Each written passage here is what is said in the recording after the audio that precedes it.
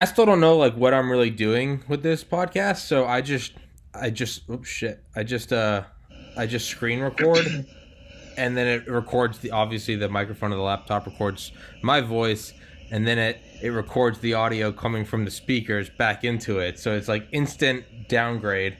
But yeah, I wish I could wear headphones, but then I can't get the audio coming out. I need to figure out like software or some shit. Actually, for everyone listening, no one knows who the fuck I'm talking to yet. So why don't you introduce yourself?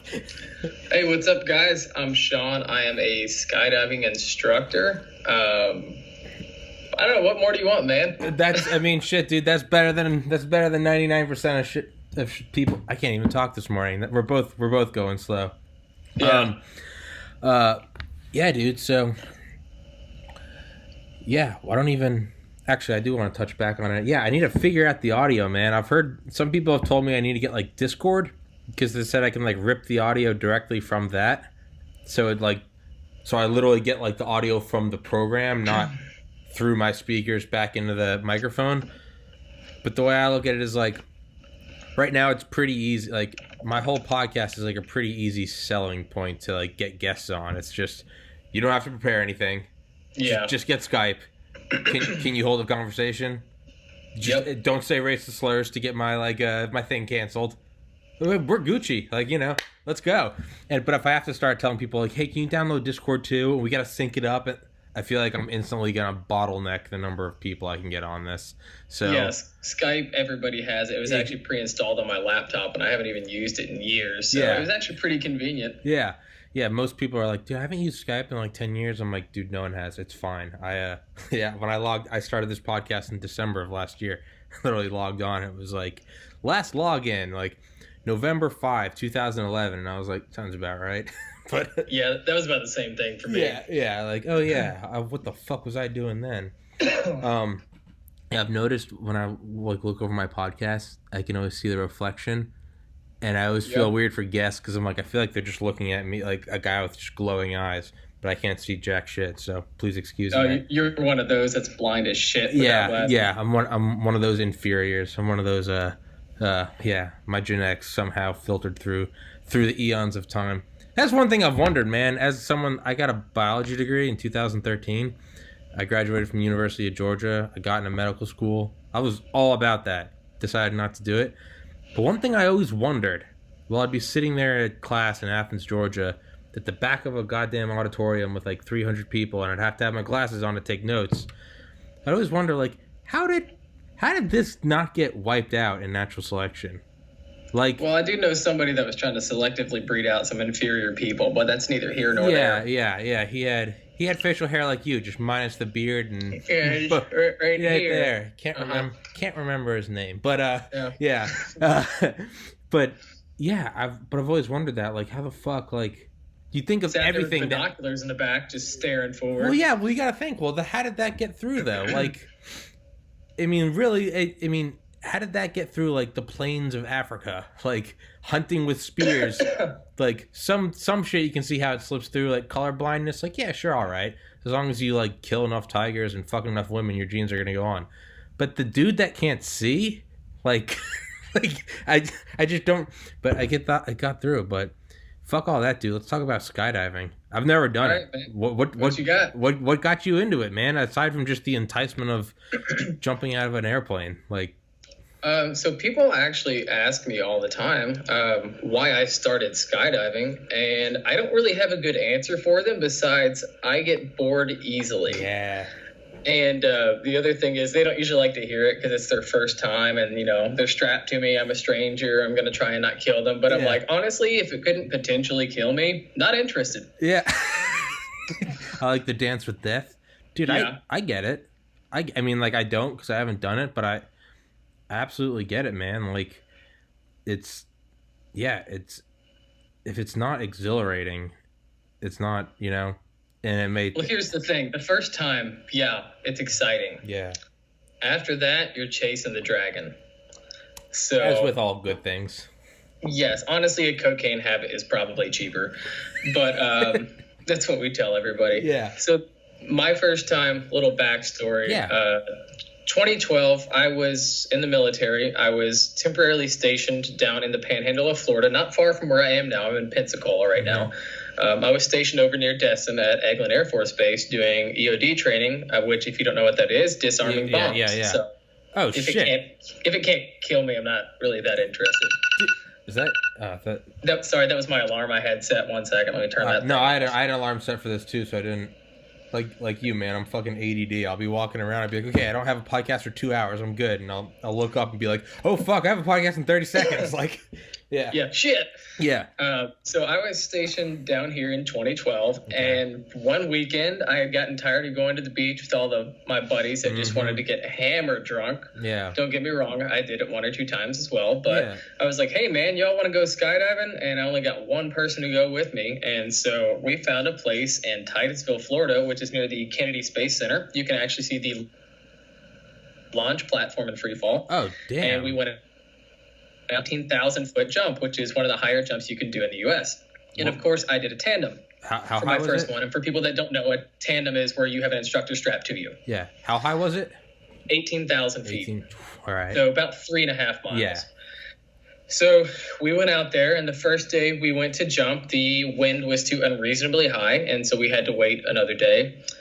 Second day rolls around, we go up there.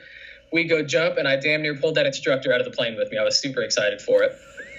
And so, yeah, man. And what was funny is I'm a short guy, like 5'6", and the instructor I had was this like 6'6" South African guy. So I was more or less just like a fanny pack on him. Yeah. And so it was a good jump and everything. Everything went, from a skydiving standpoint, uneventfully. Had some fun, and I got down. I was like, you know what? That was fun, but that was not as exciting as I thought skydiving would be. And I kind of wrote it off as like, I checked that box. Okay. Moving on. And then I got stationed in Savannah, Georgia about a year later, and I had all this time to myself, and I had some spare money, and I was bored. I was understimulated. I needed some sort of challenge. And I was like, you know what? Learning to skydive sounds like a great idea. And the rest was kind of history. I started skydiving actively in 2013, got my first license in 2013. Fast forward a couple years, 2016, I got out of the military, got the highest license I could in skydiving, got my tandem instructor's rating so I could strap people to the front of me and roll out of the plane, got my accelerated freefall instructor rating so I could teach new guys how to fly. Worked full-time in skydiving 5 to 6 days a week. Once I moved to Texas for 2 years, I was working just outside of Austin, Texas. Took an overseas job in Abu Dhabi back in 2018. Oh, and so, backstory, one of the other reasons why I wanted to start skydiving was I had seen some videos of people flying wingsuits down mountains, the real close guys that kind of go in and out of the valleys. Yeah. And then I had seen some pictures of people flying wingsuits over the Palm Island in Dubai. Yeah. And so that was one of my goals, is I wanted to fly a wingsuit over the Palm Island in Dubai. So January something last year, I flew my wingsuit over the Palm Island in Dubai. Holy shit. And if you give me a second, I'll pull up the picture on my phone and hold it up to the camera. But I had kind of accomplished one of my goals. And so when I did that, I kind of just thought, well, that's done. Now what? What next? Yeah. And I took about a 10 or 11 month hiatus from skydiving, to be completely honest. I mean, I moved and life changed and everything, and it kind of took a back burner. And I had jumped so much that I kind of got burned out a little bit. I've done 18 jumps in one day, which is physically, mentally, emotionally exhausting. Where is this damn picture? Oh, found it. Hold on, gotta turn it sideways. Yeah, let's see it. See how well that shows up. Oh yeah, you can see it. Yeah, I can see it. There we go. I can see it. That's fucking nuts. What is that? The Palm? It's glaring off shit. I'm trying. I can see it. The Palm. Is it the Palm Jumeirah? Is that the name of it? Yes. The Palm Jumeirah. There are two palms, by the way, if you don't know. There's the Palm Jumeirah and the Palm Jebel Ali. Well, they're also built. I used to be obsessed with architecture. I remember in like 2004. Said you're in Savannah. I lived in Atlanta for like 17 years. I went to the University of Georgia, and I have family in Austin.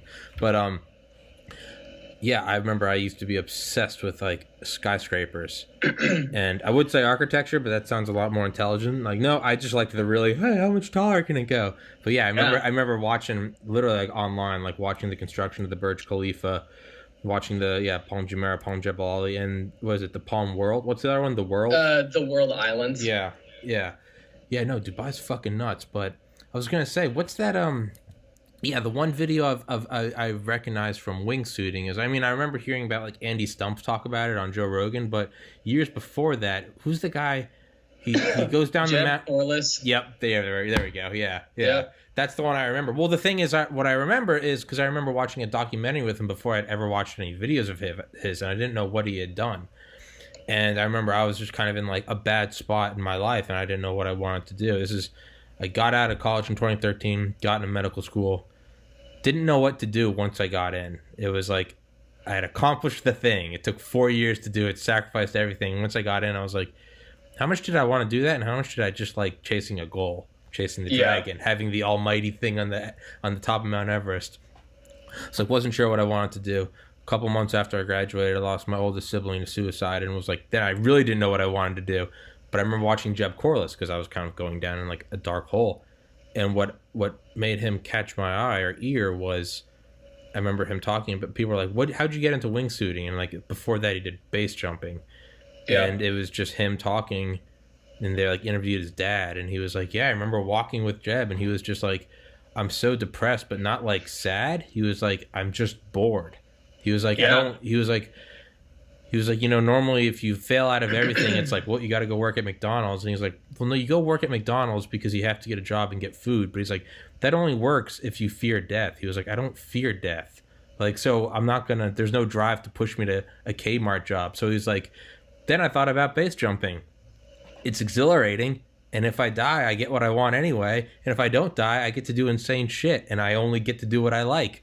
And he was like, it's a win-win for me. And his dad's like, I remember walking with him, he was just a kid, and I was like, what am I gonna do with him? But yeah, no, that's what made me kind of, again, I've never done anything related to it, but that's kind of what made me go out and start this podcast a couple months ago. Was I was just, it's like you said, it's chasing the dragon, and it's probably going to raise an eyebrow, like, how the fuck are you going to tie this into skydiving? But to me, it's like, if it's not, like you said, if it can't potentially kill me, like, turning down school and trying to start a podcast is like, there's a huge margin for failure. Absolutely. And to me, that is exhilarating. All my friends are married with kids and have homes, and I live at home and I'm doing a podcast above my parents' garage. Like, to me, that's fucking exhilarating. But, rock on, man. Yeah. It's like, and it you know, don't need to disclose personal information, but it has almost killed me on a couple occasions. It's literally almost killed me. But yeah, dude, was there any of that? Not just there's a method to my madness. Is there any of that? Was it so much boredom, or was it also, you know, was there any depression or anything? Was it the brush with death that was just sort of makes you feel alive? Or are you just like, no, Tommy, you're fucking crazy? No, I just like jumping. So I do just like jumping, and the problem with skydiving is people fear things that they do not understand. Yeah. Skydiving has been sensationalized as this very extreme and dangerous sport that kills people left and right, and like you'll be lucky to get out of it alive or uninjured. But the fact of the matter is, safety is our number one concern. Mm-hmm. And most people just don't realize how much goes on behind the scenes for safety reasons. Mm. For example, this past weekend, I just hit 2,300 plus jumps. Okay. About mid 1,400s of those are tandems with somebody strapped to me, meaning for the entire skydive, I had somebody strapped on the front, likely fighting back the whole time. Wait, they fight back? Oh man, some people just don't fall good. Some people go out like a cat in a bucket of water, just clawing for everything. Some people, I've seen them literally swimming below me. Some people, I've seen them just freeze up. Really, anything and everything can happen. Yeah. But even despite all of that, in 2,300 jumps, the only time I've injured myself was I tripped on my own damn feet on a landing one time and rolled my ankle, but that was really just me. Okay.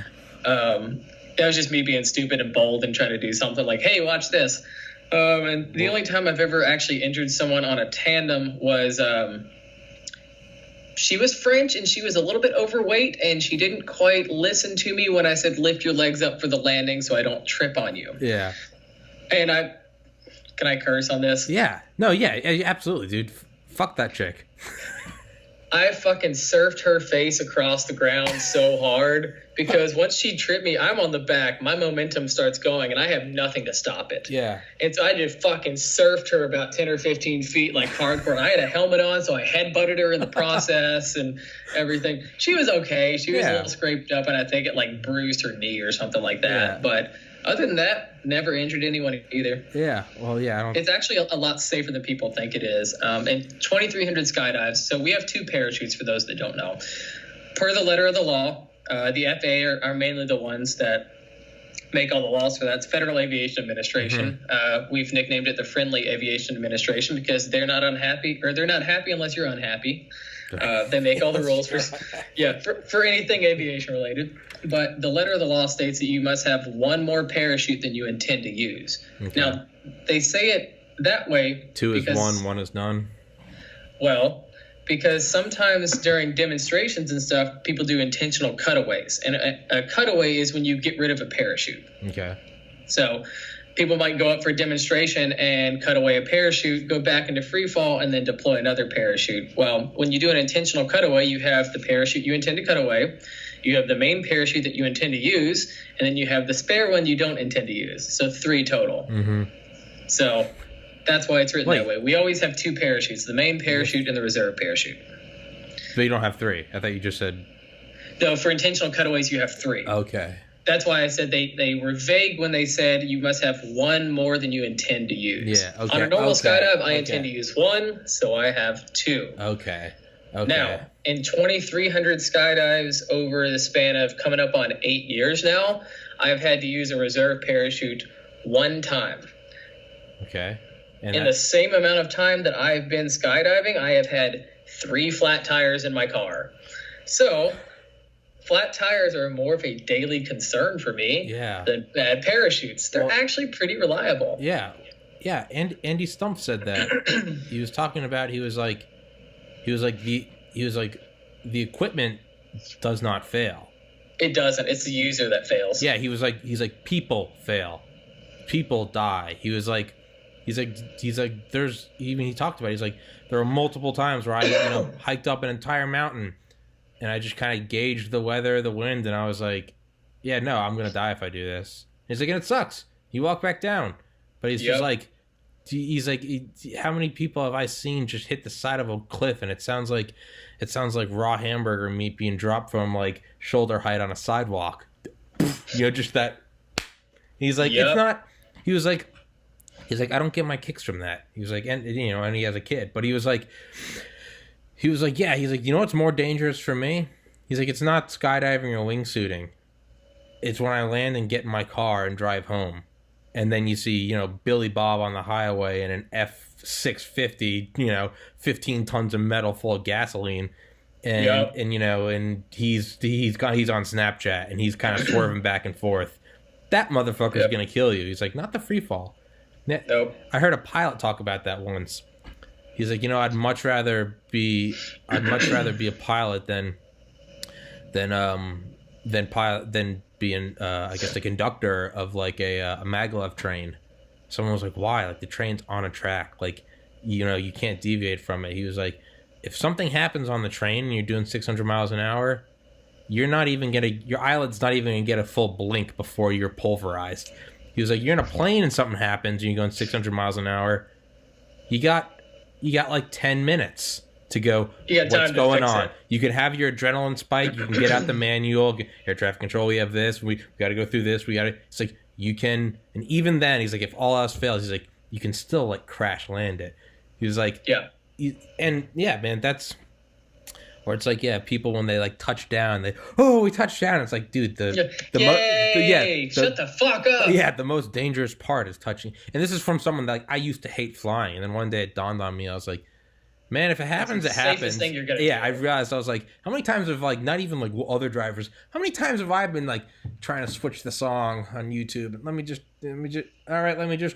okay, not telling anyone about that. Like, how many times have I almost put my front teeth in someone's bumper? Like, it's not the same.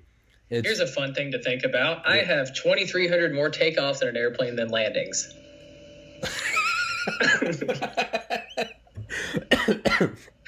Jesus Christ, dude. What do you think of? So, like, yeah, if you can't tell, there's no structure to this podcast. It's just bullshitting. Don't give a shit. Good, awesome, perfect. I love you. You're a perfect guest. I hate when people are like, "Can you give me like an outline?" And I'm like, I don't know. Like, do you have a pulse? Like, we're just gonna shoot the shit. I mean, that's all I do in the drop zone, anyways. So. That's what anyone does anywhere. That's my logic. Is like, you don't go up to strangers with scripted questions. So I'm like, why the fuck would I do that? I didn't know you before. Yeah, for everyone listening, I don't fucking know you. We're doing this. Did you even say your name? No, Sean. Sean. Yeah. Oh yeah, Sean. I'm Tommy. Yeah.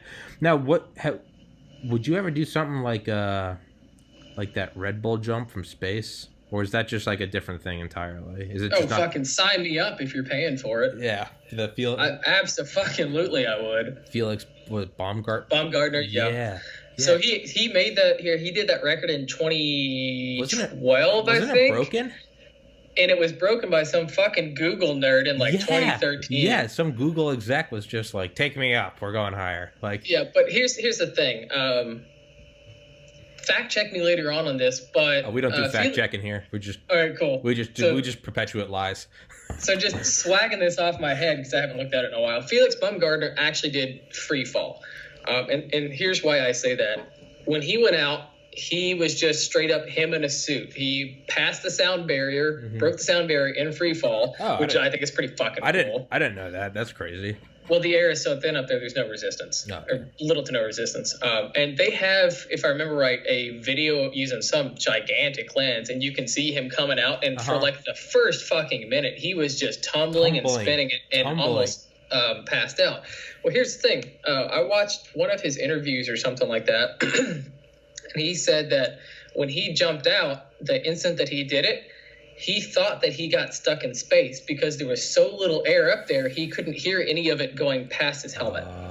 Fuck that. And here's the other reason why he was tumbling is in free fall, we kind of just use the air to stabilize ourselves and steer ourselves. Mm-hmm. There was so little air, he couldn't do that up there. So that's why for like the first minute, he was straight up tumbling. Now, was this not like researched? Was it not like, hey, this is... Because it's not like we don't know what happens. This isn't the 1950s where we're like, you go through the... Well, Chucky Yeager's like, you go through the sound barrier, like, you might die, you might be a hero. Or, the X-15, go to space, like, we're not entirely sure what's up there. Like, hey, you came down. Goes down in history. Yeah, hey, you came down, you lived. It's like, more power to you. So it's not like there's that lack of information. Like, so was it just... Not well, they had done successive jumps from like 60,000, 80,000 feet and stepped it up. What was his total jump? 120 some thousand feet, I think. Jesus, I'm gonna look. I want to say it was like 127. I'm gonna look that up because that's actually cool. Yeah. Yeah, it's really fucking high. Yeah. And I think he got about 4.5 minutes of free fall, which you would think being that high it would be a little more than that. But the thing is, the air is so thin up there, and you basically accelerate so fast that you cover ground pretty quickly. Yeah, that's so. Yeah, that doesn't. Yeah, no, I don't feel like there'd be more free fall. Like that's insane. Like 4.5 minutes is insane. And it's pretty cool if you've seen the video. He kind of steps out on the edge of this thing in his spacesuit, gives like a nice little salute, and then just walks off. I'm like, you know what, sir? You are badass. The first though, okay, his was. What was it? It was broken by a guy that did 135,000 feet. Yeah, I'm getting there. Why the fuck can't... Why is it not the first thing on Google? 128,000 feet, okay. 128,000. That's still insane. Yeah.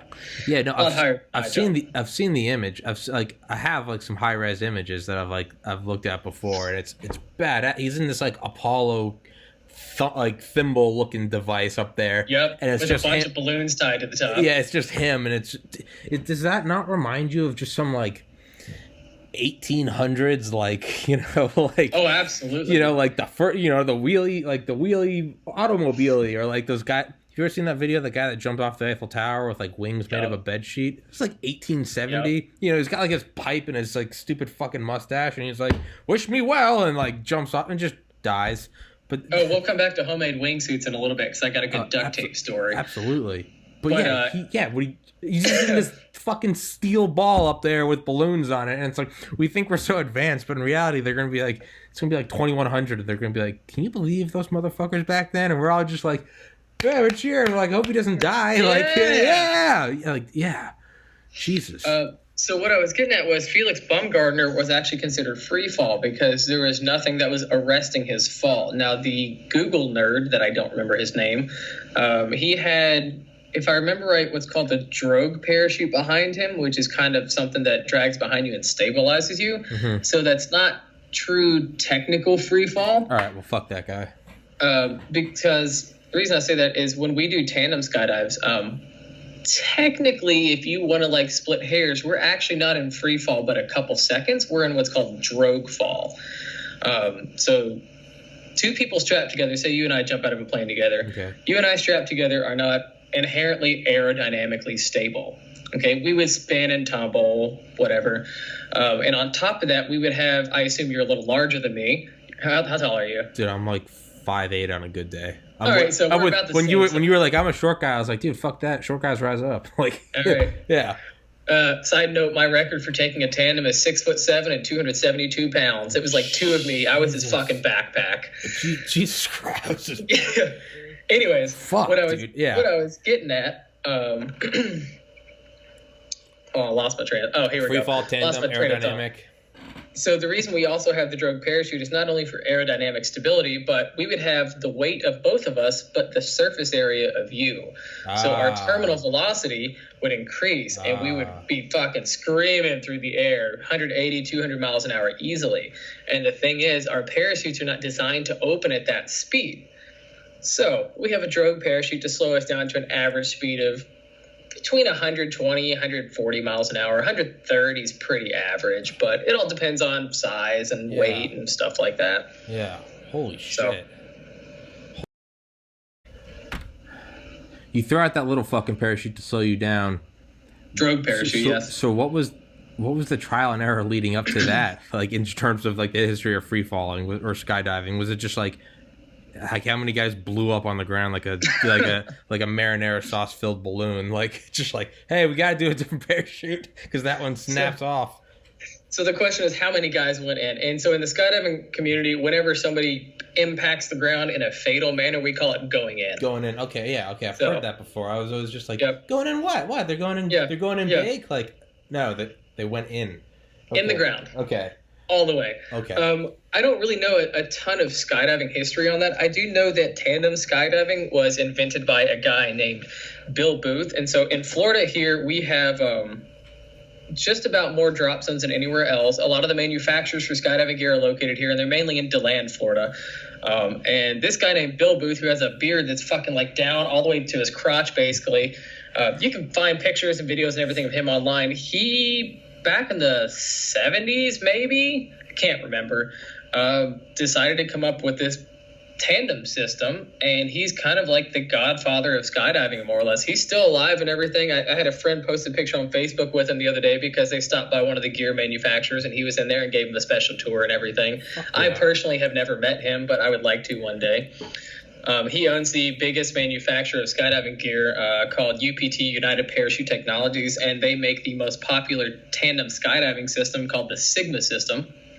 And so how it works with skydiving tandem systems is you have to get a special rating for each one. That would be like you getting a driver's license for a Toyota Camry specifically. They're not all the same. Okay. But the Sigma system is by far, in my opinion, the best, the safest system, and the most widely used throughout the world. And I'm Sigma rated. Okay. And so that's what I have a majority of my jumps on. I've got one or two jumps with a French system called the Basic that we have at our drop zone. That's just because I wanted to try it out. But other than that, all of my other jumps are on Sigma tandem systems. No. So what is Sigma, I don't know what to add. Is it, what makes it so good? Or is that just the name of the one that is now like used everywhere? Like, everyone uses the Heimlich maneuver, so we call it it's not that it's necessarily better. It's like it's the only one, and that's just the name. Are there like? No, there are plenty more of them. To keep it simple for people that don't understand it, the Sigma system. So, yeah, got you, bro. So, like we discussed earlier, you go out of the plane and you throw a drogue parachute for stabilization. And then whenever it's time for the parachute to come out, we release the drogue, and that drogue pulls out the main parachute in the back. You can have what's called an out-of-sequence deployment with many other gear. Say you just pull the wrong handle in the wrong order, it's going to have an out-of-sequence deployment, and you're going to have a problem to deal with. Okay? The good thing about the Sigma systems is they've designed it to where you cannot have an out-of-sequence deployment. Okay. And so that has actually made it a lot safer. Okay. So, in a nutshell, that's why. Okay. Now, what's the highest one you can do? Like, what's the highest, like, okay, let's say you're not bringing some dumbass like me. Like, let's say you're just going up, like an experienced person yourself. What's the highest you can go? So the highest I have personally been is about 18,000 feet. Okay. Anything over about 15,000 feet, you're technically supposed to have oxygen supplied. But if you have a fast plane, get up there pretty quick, get down pretty quick, not really an issue. Mm-hmm. Oh, okay, yeah, because you're in the back, right? And it's not pressurized, right? What's that? It's not pressurized, the one you're jumping out of. No, because we open the fucking door. Okay. Yeah, okay. All right. Hard to keep pressure with a giant fucking hole in the side of the plane. Yeah, duly noted. Yeah. But there are certain drop zones that run, I guess you could call them novelty jumps every now and then, that do like the 30 and 36,000 foot jumps. Okay. But they're very expensive. They require some training beforehand. You have a full oxygen system. You have to pre-breathe it to, I think you get the nitrogen out of your blood. You have to pre-breathe for like 45 minutes or an hour or something like that. Holy shit. And yeah, and like the temperatures at 30, 36,000 feet are well into the negatives. Yeah. Like, negative 40 degrees. So you got to have, even if it's summertime, you get these big fucking gloves on and everything. Yeah. And those jumps, the last time I checked, there was a place in California that did them occasionally, and a place in, I think, West Tennessee skydiving run by Mike Mullins, but I don't remember if that was him or not. And they were like $500 for one solo jump. Okay. Now, like for me to jump solo right now, because I have my own equipment, I pack my own parachute, I only have to pay what's called a jump ticket, which is just to haul my ass to altitude, and it's usually between $20 and $25. So a $500 jump is pretty expensive for us. Yeah. They do tandems as well, and I think those tandems were $3,000, $2,000. Jesus. So like it's kind of a novelty at that point. Like you can just buy a bunch of other skydives and have way more fun than just one long one that you got to wear a fucking coat for. Yeah. Yeah, but for someone like you, that's you've done, what'd you say, is 2,300? 2,300 total skydives. Yeah. So, but for someone like you, yeah, it is a novelty, but it's also like for me, I haven't done it, and would I rather do that one or would I rather do, 50 smaller ones? I'd rather do 50 smaller ones because it's all still relatively, it would be exhilarating for me. Well, the first one you're usually overcome with adrenaline anyway, so like you might not remember everything. People act weird with adrenaline. Some people remember every detail. Some people have no recollection. Yeah, no. So I've actually gotten down from jumps, and I'm like, "Hey, man, what'd you think about it?" And they're like, "I don't know.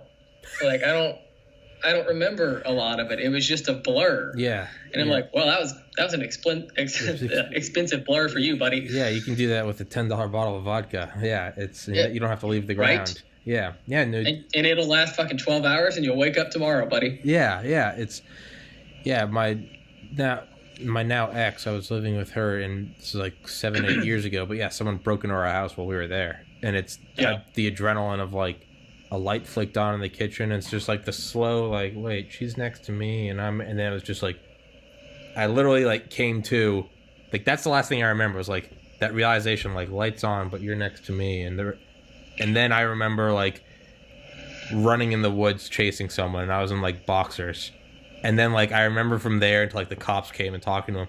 I don't remember chasing through the kitchen and jumping off, like, the second floor deck. Like, do you think you would have that adrenaline if you went up to, like, 35,000 feet to jump? No, just I'd probably be bitching because it's so fucking cold and I'm tired of sitting in the plane, to be completely honest. Okay. But you wouldn't do it just to, because you've done the normal jump so many times. You wouldn't do it just to, just to fucking do it?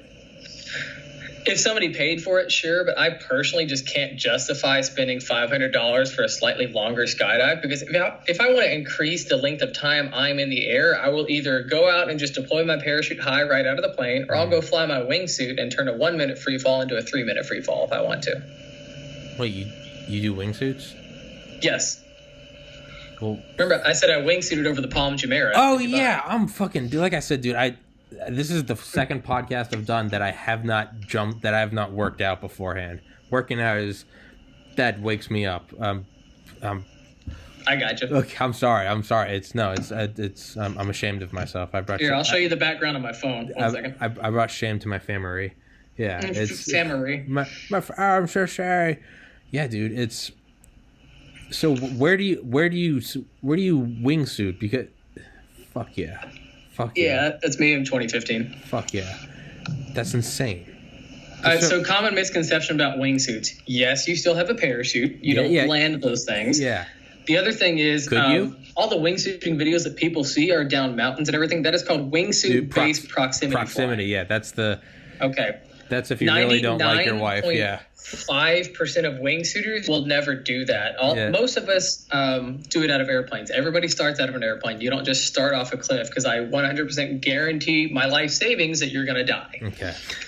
So most of us just do it out of planes. Plus, it allows us to fly longer. And especially in the summertime, when we get the really big, tall, puffy clouds, we love to go fly around those things because we can carve around them like mountains. And if we hit them, it's just a cloud. Okay. You'd be amazed at how many features these tall clouds have in them. They have canyons and just edges and all sorts of stuff. And there's some really cool videos of carving around clouds in wingsuits online that you can watch after this. So that makes me think of that poem written by I don't remember who, but he was a dude. He was killed in action, but he was a World War II pilot. Do you know what I'm talking about? It's like you got to give me more to work on than World War II pilot. World War II pilot who died. Come on, man! You don't know exactly who I'm talking about. Tough fucking crap today, Jesus. Yeah, I'll find it because I don't want to waste time looking for it now. But yeah, he talks about it's like, oh, how I have slipped the surly bonds of earth. Like I've heard the quote. I just don't know who it is. Yeah, no, well, I heard it because it was put over someone put it over a sick lo-fi beat and it sounded amazing. But he's like flying on silver tipped clouds and he's tumbling mirth through canyons in the sky, and it's things you could never dream of. And that I never would have even thought about that. You were just the big, in my mind I'm the big puffy clouds, those are nice, and you're like, no, those are you can do proximity with those. There are canyons, there are features. Would you ever wingsuit through a thunderstorm? Absolutely the fuck not. Okay, well, all right, now, okay. Absolutely the fuck not. I like having fun. I don't want to kill myself. Yeah. Okay. But So here's something. Let's say the rain feels like in free fall. Probably fucking BBs. Yeah. So it stings. Yeah. And we have a sarcastic saying that it hurts when you hit rain in free fall because you're hitting the pointy end of the raindrop, but really it just hurts because you're hitting water at 120 miles an hour. Yeah. Okay. I didn't think about that. But also around thunderstorms, you have some very dangerous winds and updrafts and downdrafts and all sorts of stuff like that. And we don't fly and stuff like that too. So okay. Now, yeah, but I'm just thinking about the visual. I'm thinking about you're flying through you're flying through the mountains in the sky, and they're lighting the fuck up they're just turning on strobe lights. You can still get struck by lightning if you're not grounded. Source: there's plenty of pictures of planes getting struck by lightning. Yeah. Okay. While flying. Okay. I got it. And if I get struck by lightning, dude, it's nothing but a human and some fabric in there. So nothing good's coming out of that. Yeah. Yep. Yeah. Instant hot pocket. Yeah. Died doing what he loved. Yeah. Getting struck by fucking lightning wearing a fancy dress. Do you game at all? Do you play any games? More importantly, I gave up a lot of that many years ago. I have other hobbies now. Yeah, I get too addicted. Have you ever played Just Cause? You got the wingsuit? No, I have not. Okay, I was going to ask you how bullshit is that game, but I guess if you haven't played it, we'll divert from that. I will say wingsuiting is the closest sensation to flying your body that you will ever get. People ask me what it's like, and I say it's kind of like Buzz Lightyear. You're falling with style. Yeah. But they're also not super user friendly. So in the United States, if you want to learn to wingsuit, you have to have a minimum of 200 skydives. You can't just jump out of the plane, spread this bitch out, and say, fly, baby, fly. It does not work like that. All right, noted. They will hand your ass to you. Yeah. But how do you get into it? Like, what is, do you have like your first jump? Okay, yeah, like your first, like, what is like the first, so you're obviously, okay, you're a qualified skydiver, you've done all this shit before, blah, blah, blah, you have your, what's like the first, let's just skip all that stuff. What's the first like baby step to, it's like, okay, this first time you're going to jump out and you're only going to do this, like whatever, what is that first thing? So there's 2 routes to go per the book. And when I say per the book, the agency that makes all of the rules for skydiving, at least in the U.S., is called the USPA, the United States Parachute Association. And they're the ones who grant the licenses and ratings and stuff like that. I had on a professional female powerlifter 2 weeks ago, and she's part of the USPA, the United States Powerlifting Association. I was like, yeah, wait. I was like, wait a second. Okay. Yeah, sorry. So, yeah. Jumping out, USPA. And actually, hold on. I'll go grab my license and I'll show you. All right. Word. All right. So it comes in this nice fancy little sleeve. I don't know if you can read it that well. Yeah. United States Parachute Association. Perfect. All right, cool. So inside is where I keep really both of my cards. This first one is my Sigma card that says I'm a Sigma rated tandem instructor. So it's got Bill Booth's name on the front, United Parachute Technologies. And then when I flip it around the back, my name, I'm a Sigma rated tandem instructor. Ignore the expiration date. I'm actually still a current instructor. They changed the rules after they put these cards out that you don't need to get a new card every year. Okay. So I've had this one for 3.5 years. I got Sigma rated for tandem in August of 2016. Okay. And then the actual license. So preface this with, they used to look much cooler, but they updated them about a year ago and they got really fucking boring looking. So on the top, got my name, got my membership number, got my license number. It's D35684. So in skydiving, the licenses are A, B, C, and D. A is the first one. D is the highest one. It's considered a master parachutist license in the U.S. So if you have a D license, you pretty much have free reign to do everything, and people don't generally ask you questions like, do you know what you're doing? Okay. So I can walk into anywhere. I'm like, D license. I'm like, all right, cool, rock on, bro. Yeah. Men in Black, like License to Kill, just like kind of, yeah. Yeah, no, yeah, it doesn't look as sexy as that license could look. It looks like I don't have any old ones to show you, but then on the other side it has all my ratings. So I'm a coach, I'm an AFF instructor, which means accelerated free fall, so I can teach you. I'm a tandem instructor, and I think it says Sigma below it. That's the system I'm rated in. Mm-hmm. So they changed the rules, so as long as this is updated, this card doesn't actually need an updated date on it, but I keep it because it actually looks official. Yeah. Well, I was gonna say the all white one. It looks like a Soviet Union like bread line ticket. Like this is for carbs. Yeah. And you know what's funny is in over the 1,400 individuals that I've taken on a skydive strapped to the front of me, not one single one has asked me to see my credentials. They just assume. I trust you. You.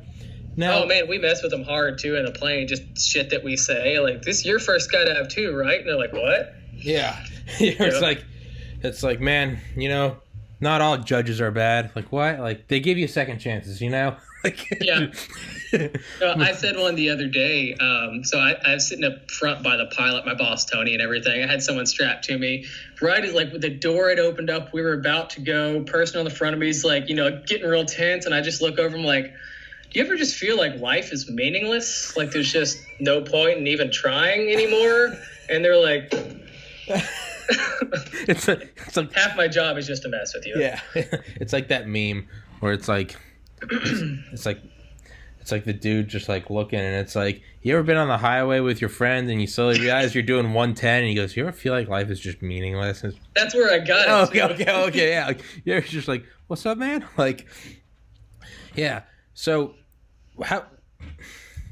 in my simplified version of this in my head, okay. Skydiving, it's you got your what, does the plane go up and just does it always kind of drop in the same area and then you've got the ground below it? Like, what is...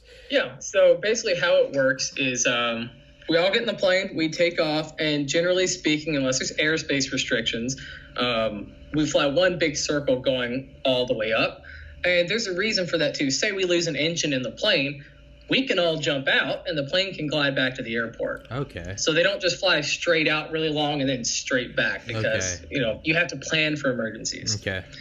And honestly, there's no such thing as an emergency if you know what to do. It's just a rapid change of plans. Yeah. Is how I like to look at it. Yeah. All right. Yeah. So, so we fly one big circle, and depending on the plane, it can take anywhere from 10 to 20 minutes, depending on how high you're going. We have a faster plane where we jump. It's called a King Air. It's a twin engine, really pointy, really fast thing.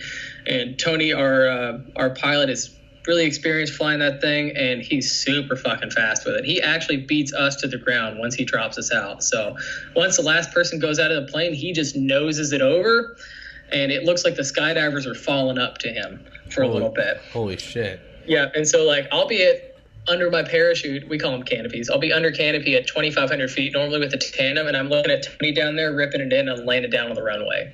Holy shit. And then I free fell for almost 10,000 feet. So that's crazy. So do you just have a column? So it's like a column of airspace, if you will? So we're pretty much in uncontrolled airspace. And what we do as far as dropping in the right position, we calculate what's called the winds aloft. And so basically aviation, they figured out at different levels, there's different winds, and it shifts throughout the day. It's very dynamic. So we'll look at the winds in each 1,000-foot increment, and I'll pull it up on my phone. You can kind of see just for where I'm at. It pulls my location, and it gives you the direction and speed at each 1,000 feet, and we kind of average it. And then the first load of the day, we have GPS in the plane. We'll pick a spot, certain heading, offset from the airport if we have to. And we jokingly refer to the first load as the wind dummy test load. So a lot of the wind dummy test load. Oh, okay. Yeah. So we'll drop them, and then we'll look up, and we'll be like, yeah, they're not making it back. That wind looks a little strong right there. And we'll just kind of keep moving it around throughout the day.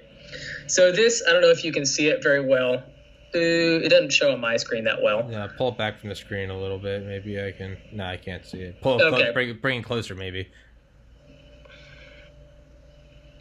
There we go. There we go. Yeah. Okay. All right. So this gives altitude and then wind speeds and stuff like that and direction. Okay. And so we'll look at all that and average out where about we need to go. We have to calculate in free fall drift. So let's say you have, this is really high, but a 60-mile-an-hour wind, and we're dropping for 1 minute of free fall. So you're moving with the column of air. So we would drift a full mile in free fall before the parachute comes out. Holy shit. Yep. Now, if it's 60 miles an hour wind, we're not jumping, but that's just an easy example. Okay. 30 miles an hour, you drift half a mile in free fall. Yeah. And then the altitudes that we're really concerned at for the winds are about 5,000 feet and below, because that's usually where people start opening parachutes, and some parachutes don't go that fast, like the tandem parachute. So if it's really windy, they can't fight it that well. Okay. So that's kind of how it works. And then, we drop people, we'll adjust the spot, plane comes down, picks up the next guys. Hey, Tony, can you move the spot another 0.2 miles west? And we'll start dropping another 0.2 miles earlier. Okay. All right, cool, man. And we just keep figuring it out throughout the day. Usually the first load is pretty close, and then the second load, we've got it dialed in. Okay. Now, how does this all differ from... I asked all that to ask, how does this all differ from wingsuiting, like training for wingsuiting? So wingsuiting, you jump out of the plane and you can kind of fly any direction you want. So I tell wingsuiters that they make their own spot. So even if we drop them downwind or too far away, they just fly right back. Okay. So it doesn't really matter as much for them. It's more on them at that point. So whenever the wingsuiters land off the drop zone in a random farmer's field, I kind of look at them like they're an idiot, because they had the experience and they had the ability to open up right over top of the airport and fly right back down. Yeah, okay. All right. In my mind, I was just thinking that it had to have been I wasn't sure if there were laws against you can't wingsuit in any direction. So in my mind, I'm thinking you have that column, wingsuiting would just be a long rectangular strip of air, if you will. No, so what we do, there's not a law against it, but there are general guidelines. And whenever the wingsuiters exit, we usually put them out last from the plane, because they can be the farthest away from the airport and still make it back, because the plane's not hovering when we're dropping over the airport. It's still doing 90, 100 miles an hour going away. And what we do is we get them off what we call the jump run line. So if we're flying a straight line over top, that's our jump run. Because if they fly up or down the jump run, they can end up directly over top of or under other people. So we have them kind of usually diagonal away from the jump run line. Okay. Or cut right and then cut back again. That way they're not dropping directly over top of other people. Okay. If that makes sense. Yeah, no, it does. For my mind, it does. So, yeah, it's good. There's a method to all of the madness. Okay. What's like the best suit? Like, what are the tiers of suits? Like, what's... Okay, so how it works with wingsuiting. Best is a relative term. It really just depends on what you're doing. The most common brand and the most widely known brand is a brand called Squirrel. Now, people call wingsuits squirrel suits all the time. It's a misnomer. Squirrel actually is a brand name. It's like when McDonald's did in the 90s. You ever hear about that lawsuit? Real beef. They actually made a type of beef and they trademarked it and called it real beef. Sorry. Yeah. Okay, so squirrel suiting, yeah. So Squirrel is the biggest wingsuit manufacturer, and in my opinion, they're going to have the best stuff because they use very educated people to design them. CFD, computer fluid dynamics, whatever it stands for, and they're just making some kick-ass suits these days. Even far better than what they were 5 years ago. But how it works with wingsuits is you start with a very small suit at first, because the less surface area that you have to control, the easier it is, and then you step up in size. So that's like the opposite of like skydiving, right? The better you get, I thought you could get like smaller parachutes or smaller surface area. I'll get to that. Okay. But for wingsuits, it's backwards. The smaller suit is the more friendly suit, little baby bird suit, as we might call it. And the bigger they get, the more speed they can generate, but also the easier it is to fuck it up and get out of hand. So you all start with a small suit, get used to flying that, and incrementally step up. Like I said, you can't just jump out and say, fly, baby, fly. It does not work like that. Okay. I know one of my friends when I was down in Texas, he only had like 10 or 15 wingsuit jumps, and he was flying small suits and then got his hands on a really big suit. And against my judgment, I said, hey, I probably wouldn't do that. He did it anyways. And so when he gets down, I was like, hey, man, how'd it go? And he was like, I realized immediately after exiting the airplane in that suit that I had absolutely no business in that thing. And so one of the problems with the big suits is, so your deployment handle on your rig, on your back, it's essentially a backpack. The deployment handle is at the very bottom. Okay. And when you reach back with a wingsuit, the wings move back too. So what can happen is you can reach back and you grab nothing but your wing. Yeah. And you can't find the deployment handle. So you're dealing with this in free fall. You're essentially in a straitjacket in free fall that you have no business flying or know how to use, and you cannot find the deployment handle for your parachute. And you have all of, I will say, between 60 and 120 seconds to unfuck that situation before it starts getting real spicy. Why the fuck is the handle back there? Why is it not? That's where it needs to be. But you couldn't like rig up like a pulley system, so it's like just in your hand and you like. Nope. Okay. That's overcomplicating it and adding way too many failure points. Okay. And the system that we have has been honed over time. Yeah. And it honestly is really the best system for every scenario. That's the system that makes it to the ground. The systems that you don't have are the ones that went in. Okay. Are the ones that went in. Yeah. Okay.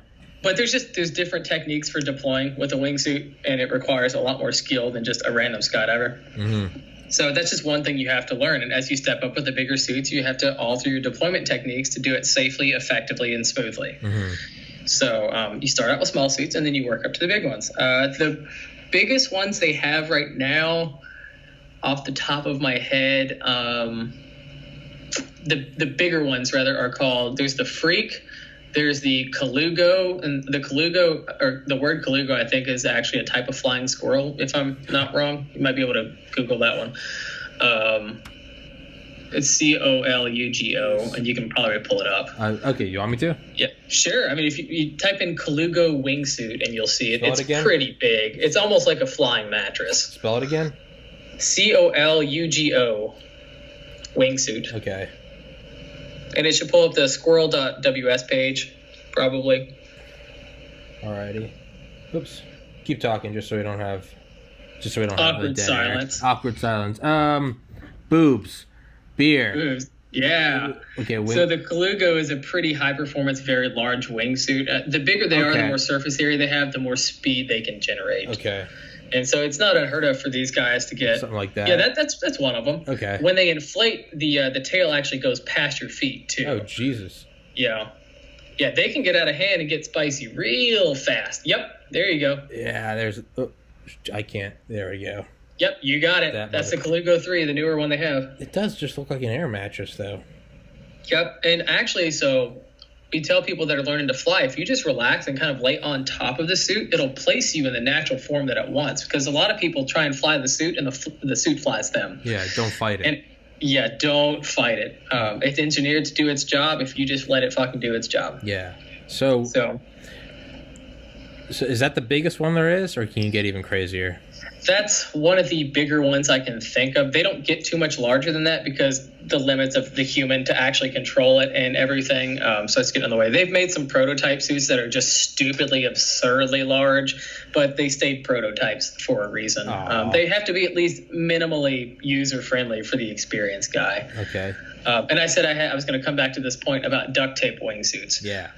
So back in 2014, me and one of my good buddies, we had watched a bunch of Jeb Corliss videos. So we like to talk a bunch of shit to Jeb Corliss on Facebook. So my buddy got banned from Jeb Corliss's stuff. Jeb Corliss has a big forehead, and so we'd make comments about him having a five head and stuff like that, and looking like a potato. Yeah, he has a 5 head. Own it. Yeah, dumb bitch. We talk so much shit skydiving online. Yeah. Anyway, so we got this idea that we were going to make a redneck wingsuit out of duct tape. And let me find the pictures. So we made this thing, and we really had no intention of flying it. But fast forward about 8 months, and I get a wild hair up my ass, and I'm like, I'm going to go fly that thing out of a plane. Go fly the duct tape wingsuit. Fly the duct tape wingsuit. I got to find the picture. I got to scroll back like 5 years on my phone. No, you're good. We made it in the barracks, so we were both in the Army at the time. It was like November. We were drinking and bored. The weather sucked. It was depressing. And so we were like, yeah, let's go make a duct tape wingsuit. Is the whole thing duct tape? Yeah, I'm getting there. It was like a pair of pants and a shirt, and we just duct taped to it. Jesus Christ. Pictures. No, you're fine, dude. Take your time. I have like 2,500 pictures on my phone. Yesterday. Oh, nice, dude. That's why I'm moving a little slow. Dude, that's once I can make money, that's my first move. Yep. So anyways, duct tape wingsuit. We made this wingsuit in the barracks, and we used my friend for the picture just because he looks way more stupid than I do. But let's see if we can... Back it up. Oh, no, bring it closer. Is he wearing a flannel? Yeah, it's a flannel with... jean shorts? Yeah. So that was the duct tape wingsuit. And we had posted it on one of the skydiving pages. There's a skydiving gear for sale on one of the page that there's about 30,000 members of. And so people post up parachutes and parts and stuff like that. And so we posted up this wingsuit, and we were like, for sale, wingsuit. It's been down the Alps and everything and flown between the mountains. And we put like some just absurd price tag on it. And it ended up getting like 1,000 comments and likes and stuff like that. And like basically once a year we'll go back and find it, and we'll just bump the post back up so people have to start talking about it again. Yeah, and then I flew it a couple months later, and so here's me doing it. They actually had to tape me in it once I had the rig on, and I had some bug-eye goggles and a stupid leather hat. We wanted to make it look as stupid as possible. Jesus Christ. That looks like some Johnny Knoxville Steve-O shit. That's exactly what hi, I'm Johnny Knoxville, and this is duct tape wingsuit. That's exactly what it looks like. And so this is me actually exiting a plane with the... Can you see it? Yeah. With the wingsuit on, and believe it or not, for $7 versus a $1,500 wingsuit, it actually flew. Oh fuck! You weren't fucking. It actually worked. I thought you were just fucking with me. No, the wings weren't like one wing was bigger than the other and everything, and it wasn't a true wingsuit. It was just kind of fabric between your legs, but it actually flew. And there's a video of me landing, and I ate shit because my feet were duct taped together essentially. So I get like 1 or 2 steps and then just on the ground. But it looks like so the reason I say it's not a real wingsuit is real wingsuits, they're not just fabric between your legs. They actually inflate and turn into basically a wing shape, which generates lift. It's not enough lift to keep you up, but it's enough lift to slow your descent. And so those things just inflate like a big ass air mattress. That one was just fabric between me. So it was more drag than anything, but it did slow me down quite a bit, and I did fly it around for a little bit. That's insane. That's like some Iron Man 1 shit. So after that, I wrote an email to the duct tape people, and I was like, hey, here's pictures and videos. All I'm asking for is like another case of duct tape. I'll make a better one. You can use it for advertising. The sky's the limit for your product. Never heard back. Yeah. So I think the liability thing. I was about to say it's probably a smart. liability just to respond to that. Like, Yeah, right. like if this guy dies and Mhm. his next of kin gets a good enough lawyer, like they're gonna be like, you egged him on. You said sure. Here's duct tape. Yeah, that's probably what Yeah. it was. So I want to make another one and basically copy the current suit that I have and maybe make it a little bigger. Because in skydiving, we have this thing called XRW, which is you take a very small parachute. And sometimes you even have to add 20, 30 pounds of lead weight to you to make it fly faster. Mm-hmm. And then you have a very fast wingsuit. And what you can do is you can actually get the performance envelopes to overlap a little bit. So you can have this guy flying the parachute and this guy flying the wingsuit. You can fly up under them and hook into them with your feet and go fly around like you're riding a magic carpet. Holy fuck. And we've been doing that at our drop zone, practicing and everything. And you can Google this and watch videos later. It's called just XRW wingsuits. And it's super cool what they do. Holy and we'll shit. even get the Cena Bluetooths like the motorcycle guys wear and have it in the helmet. So you can talk shit in free fall. Be like, come on over here, big boy. Like, I'm sliding up to your right. I'm coming up under you. Doing all Holy that stuff. shit. Could you do some like Blue Angels type shit with wingsuits? What do you mean Blue Angels type shit? I don't know, just like 5 guys flying information? Oh, yeah, Or absolutely. is that They've like a done it. norm? Okay, all right. Damn it. Yeah. I thought yeah. that was an original. I don't know what the wingsuit record is, but I know it's well over 40 people in formation. Jesus. Yeah, it's pretty cool. I've gotten an invite to, so usually anytime there's a record or anything like that they're trying to make, it's an invite only thing. They don't invite new guys because one guy can mess up the entire thing. And especially with wingsuits, because the differences in speed and trajectories that can be generated, especially with larger wingsuits, in a very short amount of time can be deadly. It can be very, very dangerous. If we drift apart and then back together, we could easily have a 60-mile-an-hour closing speed. Yeah. Head on. Yeah. And that could be fatal. Yeah. So they don't invite new guys for that. But you can look up large wingsuit formations, and I know a couple people that have been in, set like state records and stuff like that, and I don't know the overall record, but I believe it's definitely over 40 people. Jesus. Yeah. What's the maximum speed you can hit on those things? On wingsuits? Yeah. Are you talking horizontal or vertical speed? Just max. Anything. So for vertical speed, it kind of just depends on the suit and the pilot. And Squirrel actually has a video out there of them building up speed and flaring up, and they can generate speed and go back up for a couple hundred feet. So you could technically have a positive vertical speed. Yeah. But on average, like say my suit, for example, my vertical speed, if I'm flying it as slow as I can at its stall point, I've gotten down to about 33 miles per hour vertical, and average free fall is about 120. So I almost quadrupled my amount of time in free fall. Jesus. If I got a bigger suit, I could probably cruise in the high 20s, but that's not the most efficient that they fly. Now, as far as horizontal speed, it's not unheard of for these guys to get over 150 miles an hour horizontal. Jesus. And it's very physical flying these things because you basically are flying a giant sail in 150 miles an hour, and you're supporting your body between all of your appendages, and it's fighting back the whole time. So when you're ripping and carving these things around in the moment, you don't really notice that much of it.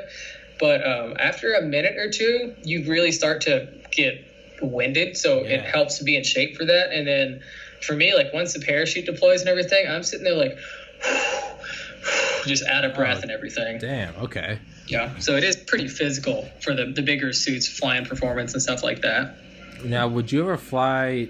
I saw something on Reddit yesterday. It was a dude basically wearing like a miniature wing. And it had like 2 jet engines on it. It was in Dubai. Jetman Dubai. Okay. I have a Simple friend. enough. Yeah. I have a friend that works over at Skydive Dubai, and he knows all those people. I would, but the thing is, those are all one-off creations with people that have a lot of money. Those JetCat engines they use on them are, I think, $10,000 each-ish, depending on the size. The wings themselves are all one-off custom carbon fiber creations that are probably $100,000. And there's different rules in the U.S. for them too. So if you have engines on them in the U.S., they're considered an experimental aircraft, and the FAA makes you jump through a lot of hoops for that. Okay. So you can make them without the engines all you want, and they don't give a shit. But once you put an engine on it, it has to have there's a whole list of bullshit it has to have. So it just makes it more difficult. But my boss, Tony, actually He was doing that a couple years ago. He had someone that was paying for it, and he was just the guy that got to do it. Mm-hmm. I think he said he had 1 or 2 jumps on it, and they are very not user friendly. Really? Oh yeah, absolutely. How so?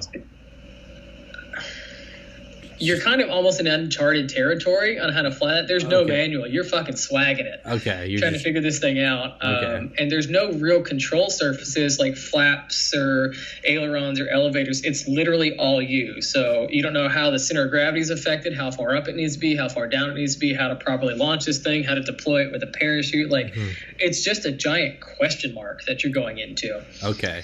And so they're not user friendly. The guys over in Dubai have had a lot of time and money thrown at it, and so they're getting pretty they're pretty good at it. Yeah. There's a couple of videos from a couple of years ago where they were flying them next to an Airbus A380. Yeah, I've seen that. Dubai. I've seen that. Yeah. Yeah. Those things are fucking nuts, but they.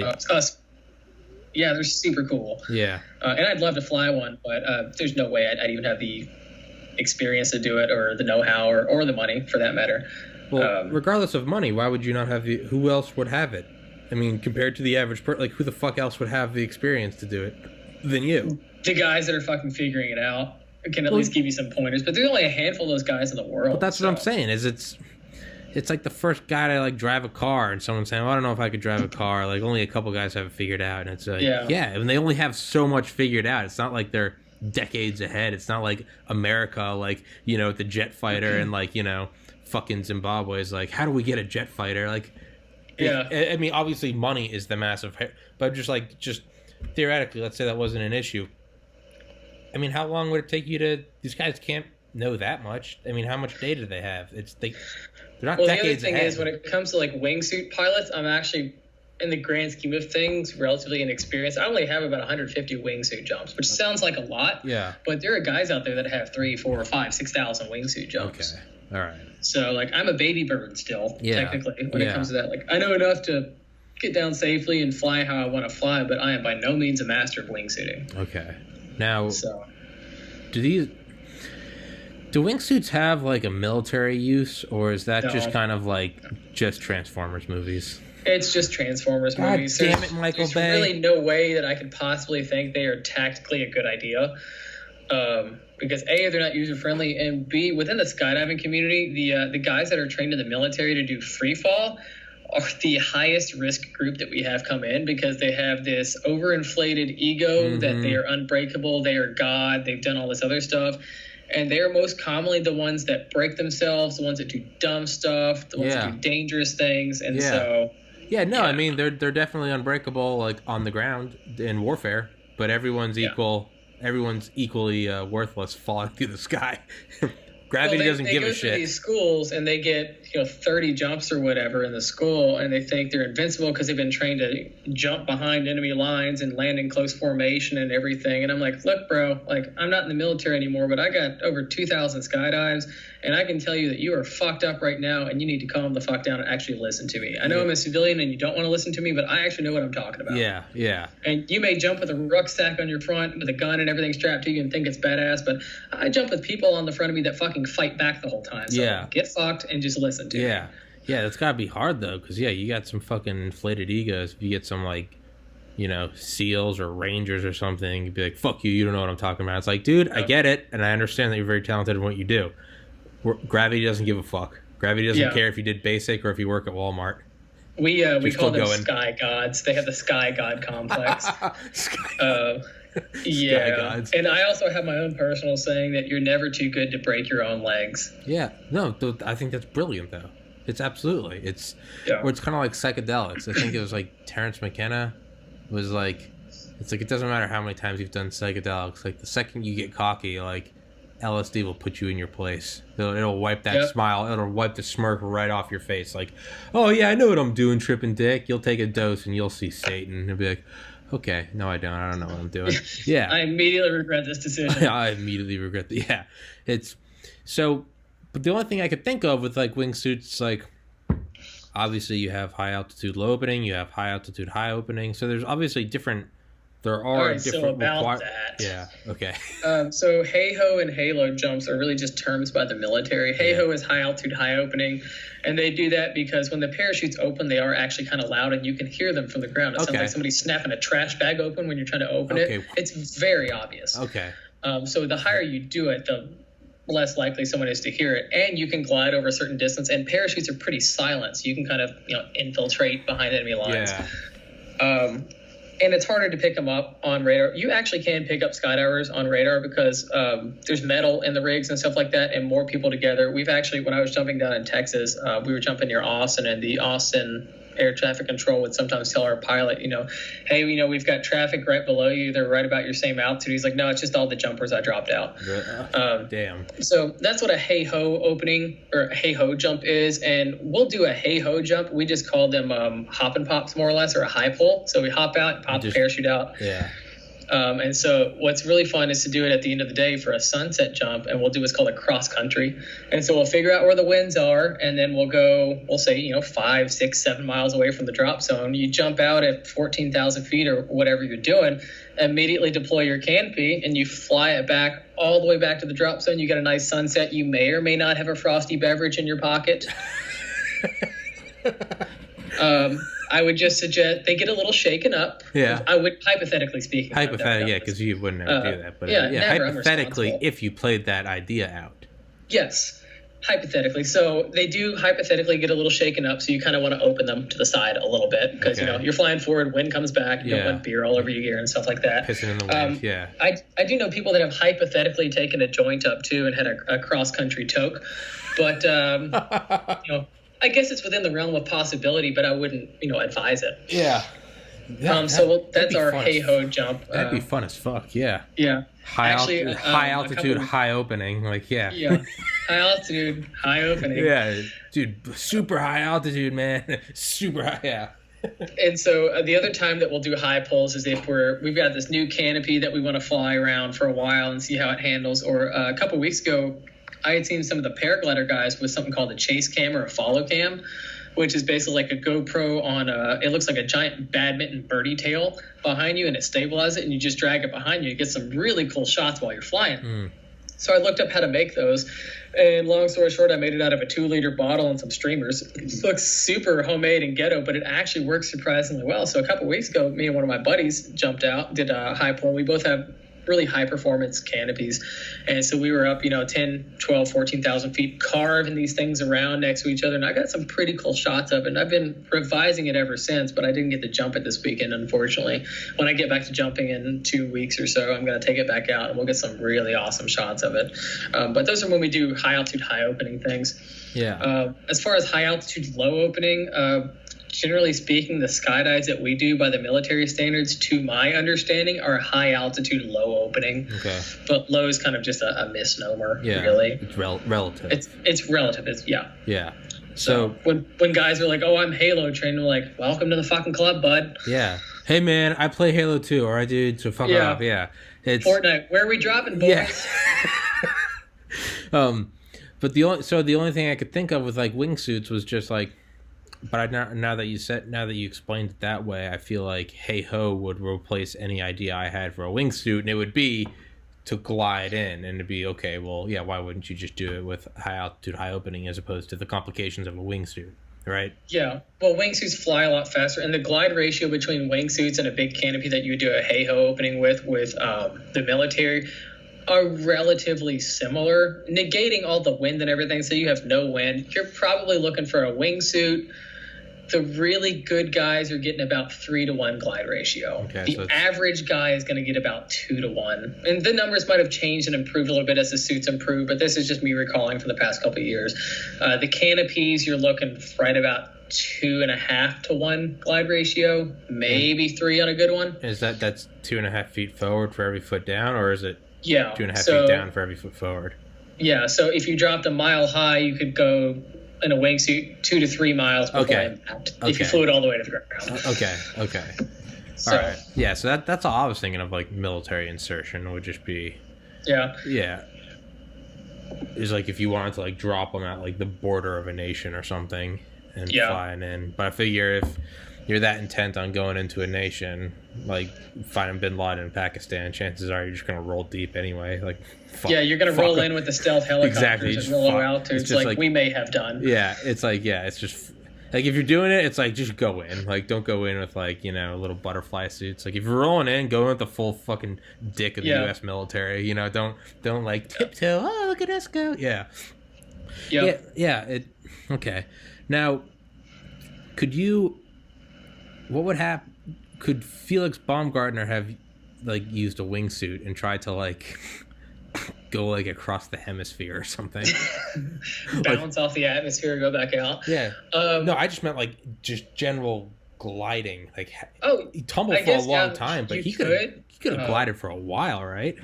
You could, but the problem is he had to be in a full pressurization suit, and so putting a wingsuit on top of that would be quite the added complication.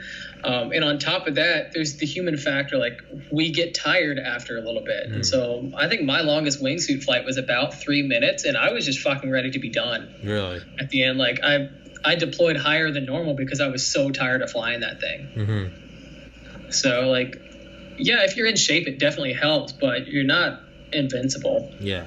Yeah. So eventually you're going to get tired. If he had 4.5 minutes of regular free fall, you could probably squeeze a 10-minute wingsuit flight out of that easily if you did fly one, but you're a human, you're probably not going to make it that long.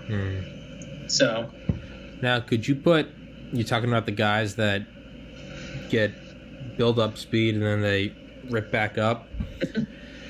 Flaring. Now, could you have like a one-off, almost like JATO, like jet assisted takeoff? Like, what if you had one of those bottles that they use for like the big cargo planes and they have a short runway? I know what you're saying, but I can go ahead and tell you that there's just nothing good that's going to come of that. Surely not, but I mean, let's just play with it. If you went up and then flared, could you? Like, why couldn't you just rip that fucker and just? You could see how high up you could go. So I'm waiting for the day, and I know it's got to be coming soon. Those guys with the jet wings like in Dubai, I'm waiting for them to actually do a straight-up takeoff like a plane. Now, the one you probably saw the other day that I actually posted too yesterday was him taking off vertically and flying. Oh, that was you posted it? Okay, that's probably the exact one I saw. I mean, I posted it, but a lot of people reposted it too. He's over the water, and he's kind of hovering first, and then he takes off. So I'm waiting for them to figure out some sort of like street luge board or something where they just lay down on it on a runway, build up speed and pull up. But when they can already take off vertically standing up, why even do that? Yeah, but I could see like if wanting to land it that way, like there'd definitely be like a more badass aspect. It's just if it all seems like it's all one-upping. Like there's no other reason why you're gonna like proximity fly to a mountain. So it's just like, nothing good's gonna come out of that. Like let's just spell it and put that aside now. We understand that, okay? It's like the nuclear arms race. Nothing good's coming out of thermonuclear versus nuclear. It's just okay. So if you want to do like proximity, like wingsuit proximity flying, the next biggest thing would be like, I don't even have to pull my chute. I have whatever fucking like tungsten bars on my chest. I'm gonna go. There has been one person that landed a wingsuit without a parachute. I don't remember his name, and I think it was back in 2012. But you know how the stunt guys have like a bunch of cardboard boxes stacked up for stuff? Yeah. He did that. And he had a huge wingsuit, and at the last minute, so he still had a parachute on, like a base jumping parachute, just in case, so he could deploy low if he realized he was going to fuck it up. He flared at the last minute to reduce his vertical speed as much as possible, and he almost missed too. Like he hit like right on the edge. I think you can still find the video on YouTube or something like that, but he's the only guy that's ever done it.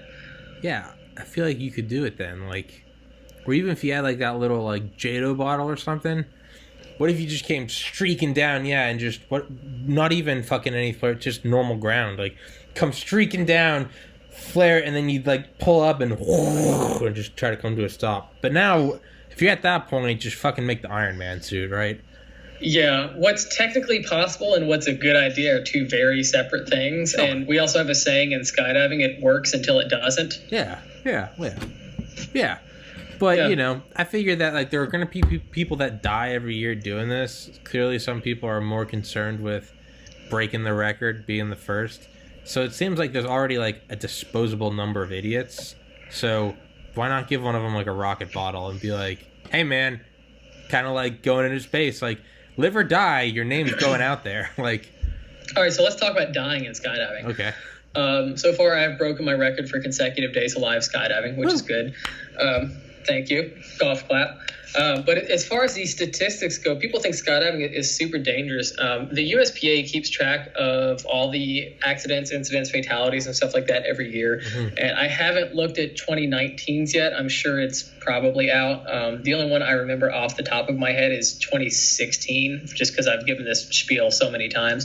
In 2016, there were over 4 million skydives made.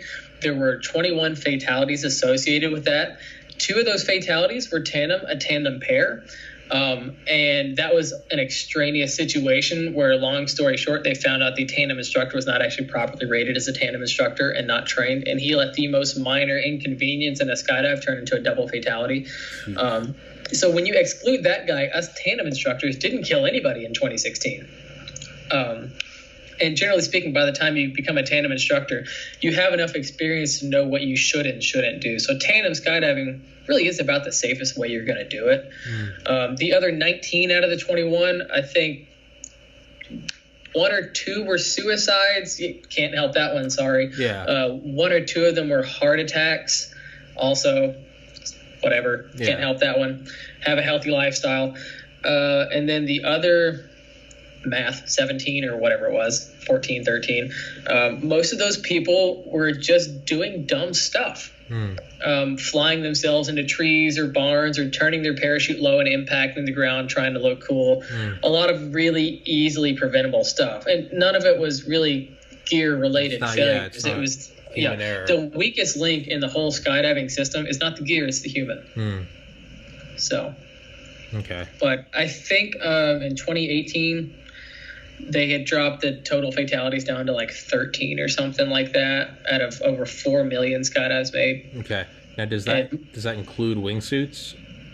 Yeah, that's skydiving. So skydiving and base jumping are 2 separate entities. We don't even talk about wingsuits with base jumping. Within the base jumping community, there's been kind of some arguments about total base jumping fatalities because wingsuits are a category of their own. They're what's killing most people base jumping, but that's a totally different story.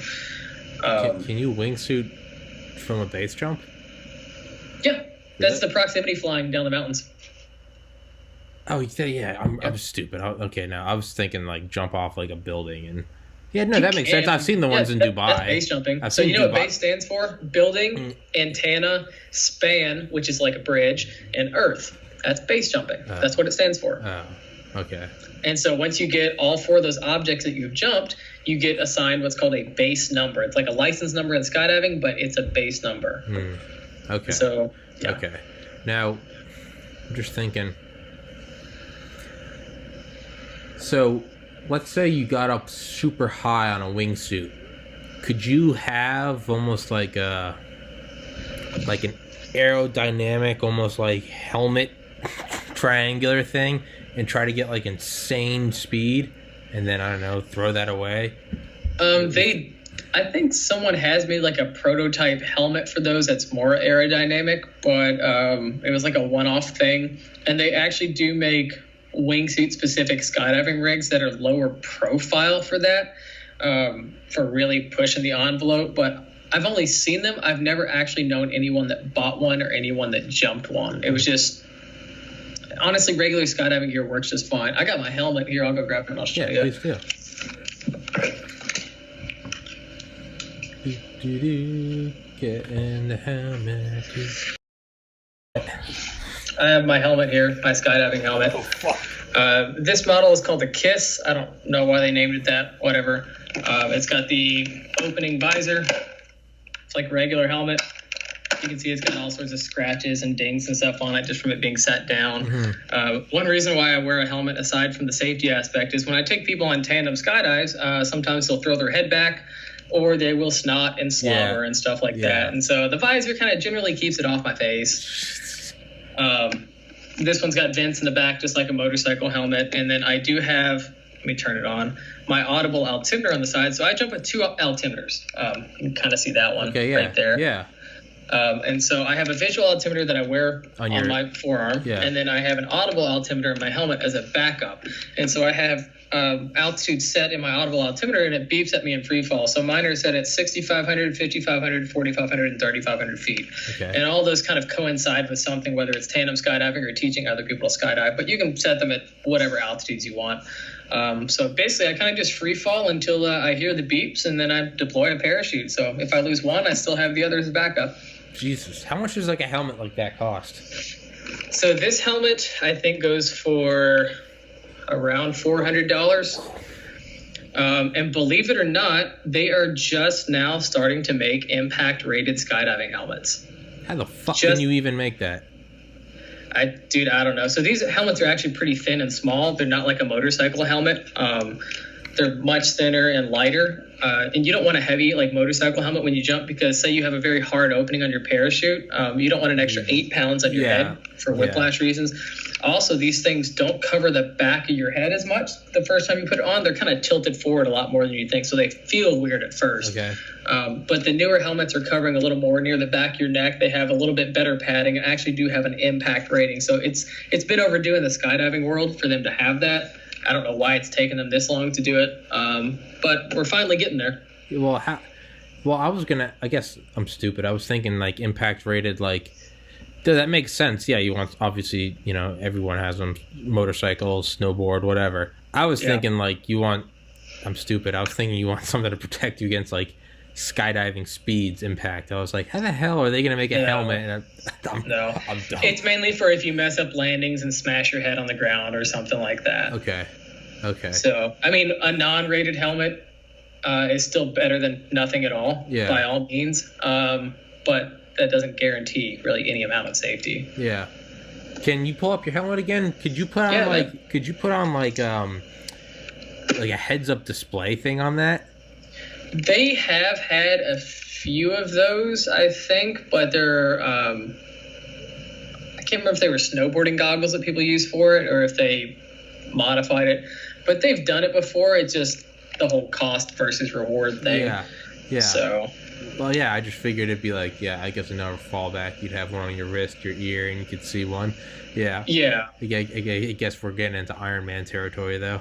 Yeah, money can make anything happen, buddy. Yeah. Now, would an Iron Man suit ever be possible? You'd have to talk to DARPA about that. Yeah, I'm sure. I bet DARPA has something, but as far as civilian use, it's way down the road. I'm sure DARPA has fucking Iron Man. There's no, absolutely. Would you fuck with one of those? Oh, absolutely. Yeah. Dude, I would like some training, though, because, again, it works until it doesn't. Yeah. So, I don't want to suddenly get strapped into this Iron Man suit with rocket boosters that I have no idea how to work. Yeah, and hit the side of a fucking bank. Yeah. Bank. I'll probably take it out of a plane with a regular parachute the first time and go fuck around with it for a little bit. And then we'll slowly work it down, maybe without using the parachute. Yeah. Now, what's the fastest speed you can jump out of a plane from? Are you talking exit speed from the aircraft or the fastest speed in free fall? Exit speed from the aircraft. Could you could they put you in some like aerodynamic shielding and like strap you to the bottom of like an F-22? Like hit so Mach if 2? You're talking about like the fastest speed to actually exit an aircraft, you would basically be talking to the ejection seat guys. Damn it. And I had to learn about this, and there's only been, to my knowledge, like 1 or 2 people that have ever survived a supersonic ejection, because it's just pretty brutal. And even the dude that ejected, I think it like broke both his arms, his leg, it like dislocated his shoulders, ripped his helmet off, burst every vessel in his face. And, like, he wasn't doing too hot. But generally our exit speeds in the aircraft, depending on the aircraft, are between about 80 and 100 miles an hour. Now, what's really cool is the wingsuit guys, and there's plenty of videos of this, you get an aircraft with a tailgate exit, so an exit straight out the back like a military cargo plane or something like that. And what they'll do is they'll have the plane fly faster than a jump run speed. We'll say 130, 140, 150 miles an hour versus 80 or 90. And so when these guys step off the back, they open up their wings and they can turn all that excess airspeed into temporary lift. And so you'll see them go out and come out above the airplane. Holy shit. And there's some really cool shots. They just did some of these. They had a skydiving event over the pyramids in Egypt a couple months ago. And they got some pretty cool videos and pictures of dudes doing that out of a military C-130. Shit. So I was thinking of like, could you be set up almost like almost like a cruise missile on the wing of like a B-52, like an X-15 type setup. Like, Oh, sign me up, buddy. What if you had like a cone for, you know, aerodynamic properties, and then they drop you, and then you let go of that, and you're in your fucking wingsuit, and you're doing like 300-400. Would that be possible? Possible, yes. Would it be a good idea? Absolutely the fuck not. Again, none of these things I'm putting forward, am I putting forward because they're good ideas. I'm talking about technicalities. Speaking of the high-speed wingsuit exits out of the back of the planes, there have actually been guys that went out and opened up their wingsuits, and it was such a blast of air that it actually blew out the wing of the wingsuit and ripped it. Do they have parachutes? And yeah, they have parachutes, but like it destroyed their suit. Yeah. They had to get it fixed. Yeah. So But they didn't die. Yeah, that's what I was saying. No, they didn't die. It messed up their $1,500+ fancy dress. Yeah. Fancy dress. Yeah. Yeah. Could you Speaking of like Bombay and stuff like that, there are special events where they fly like historic bombers and stuff like that, and you can go in the Bombay and drop out the bomb doors, which I've always wanted to do. I've just never got a chance to do it. The tickets are usually like $500 for a single jump. So again, novelty thing, but still cool. Yeah, I was gonna say you could go. Yeah, you could jump out over like Hiroshima. It's doing much better these days. Yeah, a single dot just fall and like what is that? Yeah. Huh? Yeah. Oh no, Gojira. Yeah. So I'm just trying to think, how much higher could you go than Felix Baumgartner, or was he like pretty much? I guess, or the guy that broke it, Google nerd. Like, I mean, I guess you'd have to have heat shielding. You have to have like an ablative shield, like almost like space shuttle tiles or something. Maybe not. I mean, Felix Baumgartner didn't have to do it. But also it kind of just depends on where you consider the edge of space. And the reason things re-entering the atmosphere have to have all that shielding is because they're doing, 20,000 miles an hour. Yeah. Whereas these guys, if you're starting with a zero speed at 130,000 feet, I mean, you may generate some heat, but it's still pretty cold up there, and you're going to dissipate that heat anyways. Yeah, I didn't think about that. Yeah, I mean, your orbit's what, Mach 23? Yeah, so something like that. And and I would personally consider it a skydive when you have an atmosphere. So once you get above the atmosphere, it's not really a skydive. You're just in space, buddy. Yeah, well, you're an astronaut, right? Isn't that the line, 100 miles or 100 kilometers? Yeah. It's something where they draw the line, but I want to say it's like 100. Yeah. 100 kilometers, something like that. Well, the X-15 pilots got their astronaut, I guess, badges or wings or something because they said they were in space. Well, they also skipped off the atmosphere at one point in time. That's true. Yeah, would you do something like that if you had the ability? If someone paid for the jump, would you try to beat the world record? Oh, absolutely. Really? Yeah. That's fucking terrifying. Either it works or suddenly it's not my problem anymore.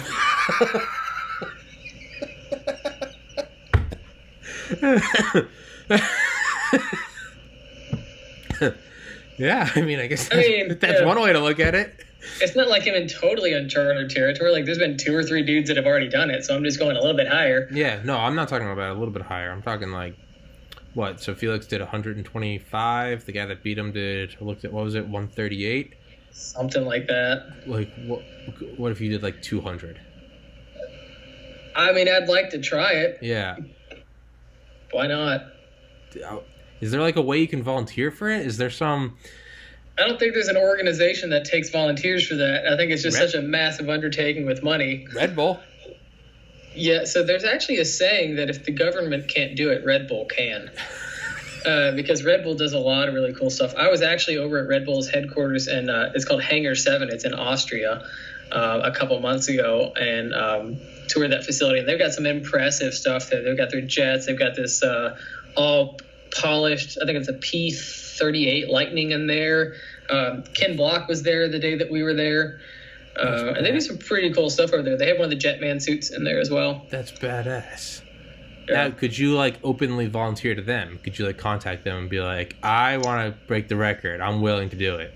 You could, but here's the thing. Red Bull already has this massive surplus of awesome people that are way more experienced at doing seemingly dangerous stuff than I am. But they haven't done it yet. So, the changing, you might just be like, hey, like, I waive my right. Like, I know I might not survive. Like, you guys don't need to pay me out.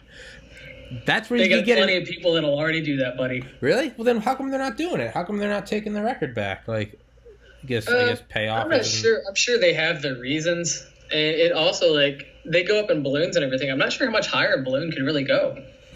Yeah, I mean, I don't know. You could put some thrusters on the bottom of it once you got to that point. I don't know. That's... Somebody's run the numbers, and so far, I guess it hasn't made sense. Yeah. I don't know. I feel like you could. Now... Anything's possible with money. Yeah. Could you... This is a really dumb question. Could you put, like, armaments on a wingsuit? I mean, I guess you probably could, but I doubt it's going to work that well. Okay. So again, we're going into Iron Man territory. I mean, I guess you could fly holding some pistols on the side. Yeah. But at some point, you got to let those go so you can deploy the parachute. So That's true. Would you do something like jumping off the Burj Khalifa, or is base jumping now your cup of tea? I would. I've been up on the Burj Khalifa a couple times. You have? It's actually, dude, I lived over there for a year. Oh yeah, I forgot. Yeah. So I've been up there a couple times, and it's actually high enough that I could take a regular skydiving rig off of it. Like, I've jumped out of planes lower than the Burj Khalifa is high. Holy shit. The Burj Khalifa is crazy because you can go to the literal top. Like, not everyone, but I mean, it is possible to go see those videos of, like, the dudes up there literally, like, poking their head out of the top of the spire. Like, there's nothing above them. Like, there's nothing... Yeah. It's impressively tall. Like, when you see it in person, you're, like, looking back to see the top. I think it's like 2,700 feet tall or something. I think it's 937 meters or 927 meters, whatever that converts to. 12 feet. It's something way up there. And whenever you go up to do the tours, you actually only go about 2/3 of the way up. Yeah. There's like the 121st story and like the 142nd or something. And even that's still only like, when you get up there, there's still like another 300 or 400 feet of building above you. Jesus. Yeah, because the top of it's private. Yeah. Oh, it is? Oh, I didn't think about that. Yeah, well, for anyone listening, the height to the roof of the World Trade Center was 1,350 feet. This is over double that. It's like 3 Empire State Buildings or something like that. If you took the World Trade Centers and stacked them on top of each other, that's how high. Yeah. So, would you jump out, or something like what Saudi Arabia? They're building the Jeddah Kingdom Tower.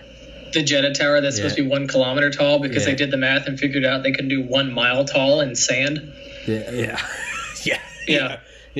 About that. Yeah. I mean, I would. The cool thing about Saudi is they're actually opening up to a lot more tourism now, and they just had a big canopy piloting competition there a couple months ago. Really? There's some pretty cool videos on there. Yeah, all the world's best guys were out there, guys and girls. I know, so there's, in the U.S., the guy that holds the most records, I believe, his name is Kurt Bartholomew. He's pretty cool dude. He's actually about my size. I've met him a couple times, gone out and had sushi with him. His wife, Jeannie, is super awesome as well. She's world champion skydiver, canopy flyer. Holy and there's shit. some super cool videos of these competitions. And you can just YouTube them all over the world. And that's their full-time job. I'm friends with them on Facebook. And I think this last week they were somewhere in South America or something like that. Like, they just travel all the time in skydiving. That's their job. It's pretty cool. That's pretty badass. Yeah. Is there like a tier of a job that you would like to do more so than the one you're doing, or are you pretty like psyched about what you're doing? I enjoy my job. Yeah. There are some things that I would like to do. I'd like to get into more of the canopy piloting not championships, but competitions. So I fly relatively high performance canopy, and we kind of touched on this earlier, but we never really elaborated. With parachutes in skydiving, the smaller they are, the faster they are, and the more skill it takes to fly them. We kind of jokingly refer to the smaller the parachute is, the bigger your dick looks. So, and we measure them in square feet. And just for perspective, when I take someone on a tandem skydive, the average tandem parachute is anywhere between about 310 and 370 square feet. Okay. My personal canopy, we don't call them parachutes, we call them canopies, is 79 square feet. It's called a Valkyrie. Oh, Jesus. And so it's basically like a large area rug that I'm flying around that's just like, oh my God, fast. It's currently strung out over my dining room table right now, drying out because I got a little wet jumping in some rain unofficially the other day. With an unofficial beverage. Yeah, unofficially. Hypothetical rain and a hypothetical beverage. Yeah, so, yeah, exactly. But, yeah, it's drying out right now, and I just haven't repacked it yet. But for these smaller canopies, they, I'm trying to think how to describe this. There's two categories of canopies when it comes to skydiving. There are standard canopies, which are composed of cells. They're typically 9 cells, and you'll see all the holes across the front. And then there's what's called cross-braced canopies. And the difference between those is kind of like, do you know about cars and tires, stuff like that, like low-profile tires, they handle sharper? Not necessarily. Okay. All right. So with these regular canopies above you, it's kind of like an I-beam construction where you got the bottom, you got the middle, you got the top. And they kind of wiggle around a little bit with the air, and so they're not super precise. But what cross-bracing does is it puts cross-bracing in between those cells and makes the wing above you very, very firm and stiff. Okay. And they fly faster. And so when you transition from a non-cross brace to a cross brace canopy, it's almost like having a piece of steel over top of your head. It's very firm. Yeah. It's very twitchy. It's very touchy. On my personal canopy, there's something called harness input. So how much weight you put on your left versus your right side. If you lean a couple pounds more to one side, it'll start diving that way. Jesus. Yep. So you got to be careful. Like I looked up one day, I got a video of it because I just got this canopy about a month and a half, 2 months ago. So I'm not totally used to it. I looked up to do something, and I ended up in a 45-degree bank. Jesus Christ. Just diving towards the ground. Jesus Christ. And so just these high-performance cross-brace canopies are just more of everything in the performance category. They're exciting, but it's a great way to kill yourself if you don't know what you're doing. Yeah. Like, if you try to put a brand-new person on the performance canopies that we're flying, not only would they never manage to get it to open properly because they're very twitchy and sensitive while they're opening, but even if they did get it to open properly, they would start a death spiral because they wouldn't realize they're shifting more weight on one side than the other. Mm-hmm. Assuming they figured that out, they'd start a death spiral in the opposite direction, overcompensating. Yeah. Negating all of that. Let's say they got past all those hurdles. This thing is going to be screaming towards the ground at a speed they're not used to. And whenever they come into land, not only are they going to fuck up their landing pattern because they're doing it at 3 times the normal speed and descent rate, but whenever they go to flare, so level off for the landing, I guarantee they're not going to do it right, and they're going to hook themselves right in the ground at about 50, 60 miles an hour. Jesus fuck. So if they can pull all that off, they'll probably be okay. They'll probably tumble and roll. They might slide on their ass and have a hole in their butt, but yeah. We start new guys off on very big, very slow, very forgiving parachutes that can open up upside down, sideways, and everything. You do that to one of these, and it's not going to like it. Okay. Yeah. Okay. These parachutes are so sensitive that when they open up, if they zig and you zag, it's not going to work out too well for the home team. Jesus Christ, dude. You're not selling skydiving to me. No, skydiving's fine. Okay. We don't use the high-performance parachutes for tandem stuff. Okay. These are like what you jump after thousands of jumps. Okay. So. Now, are nighttime jumps, like, frowned upon?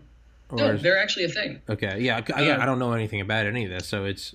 So how night jumps work, you have to have a B license to do night jumps. So in skydiving, A license is 25 jumps, having met the criteria. B license is 50 criteria. C is 200, and D is 500.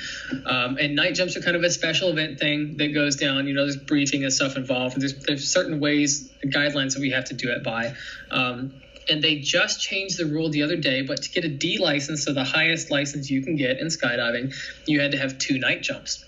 I've got probably 8 or 10 night jumps, and the reason I don't have more is because I hate them, because simply I can't see shit. Mm-hmm. And to me, it's just the juice is not worth the squeeze. It's not worth the increased risk of anything going wrong. Mm-hmm. But some people really love them, and that's their thing. But they just changed the rule the other day that you don't have to have night jumps anymore to get your D license, which a lot of people have been griping about for a very long time. Because night jumps they're not very commonly done. It's special events. A lot of times the weather rolls in at night, and when you typically do it on a full moon, so you can at least have minimal light out there. And when it clouds over, you can't do it. Mm-hmm. Stuff like that.